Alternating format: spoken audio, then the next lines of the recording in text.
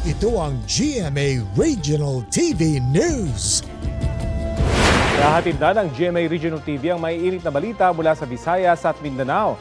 Kasama si Cecil Kibod Castro. Cecil? Salamat, Rafi.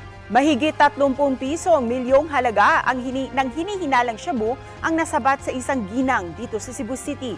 Sa Malitbog, Bukidnon naman, patay ang isang magsasaka nang may mapikon sa kanyang paulit-ulit na pagkatok sa pinto. Ang mainit na balita hatid ni James Paulo Yap ng GMA Regional TV. Dead on arrival sa ospital ang isang magsasaka sa Sitio Minsayaw, Barangay Santa Ines sa Malitbog, Bukidnon matapos gilitan gamit ang karit. Sa investigasyon ng otoridad, nairita ang sospek sa pagkatok ng biktima kahit 10 oras ng gabi. Tungod kay ang kaning usab ang biktima, both ang biktima ug ang suspetsado is nakainom, pero dili kini sila kainom. Pero nakainom sila duha. So ang naa sa sulod sa panimalay ang katong suspetsado tungod sa iyahang nairita siya sa maong pagsigpanuktok sa maong biktima. Dito napuno kini siya. Nasa kustodiya na ng pulisya ang sospek at mahaharap sa kasong murder. Kinukuha pa ng GMA Regional TV ang panig ng sospek. Pero una na niyang sinabi sa mga otoridad na hindi niya namalayan ang kanyang ginawa dahil sa kalasingan.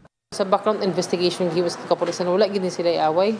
Wala sa din sila yung mga kaning mga kasuko no sa usag-usa. Wala yung mga insidente nga makaingon kita nga aduna na sila yung mga previous grudges.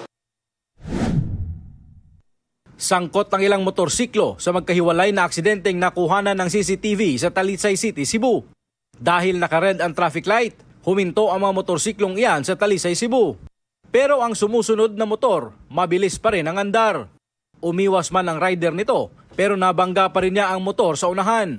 Sa isa pang insidente, huminto ang kotse dahil naka-warning signal na ang traffic light. Tinangkapan ng motorsiklo na makasingit pero tumama siya sa kotse at sumemplang. Nagtamo ng minor injuries ang naaksidenteng motorcycle rider. Nagkaareglo na ang mga sangkot.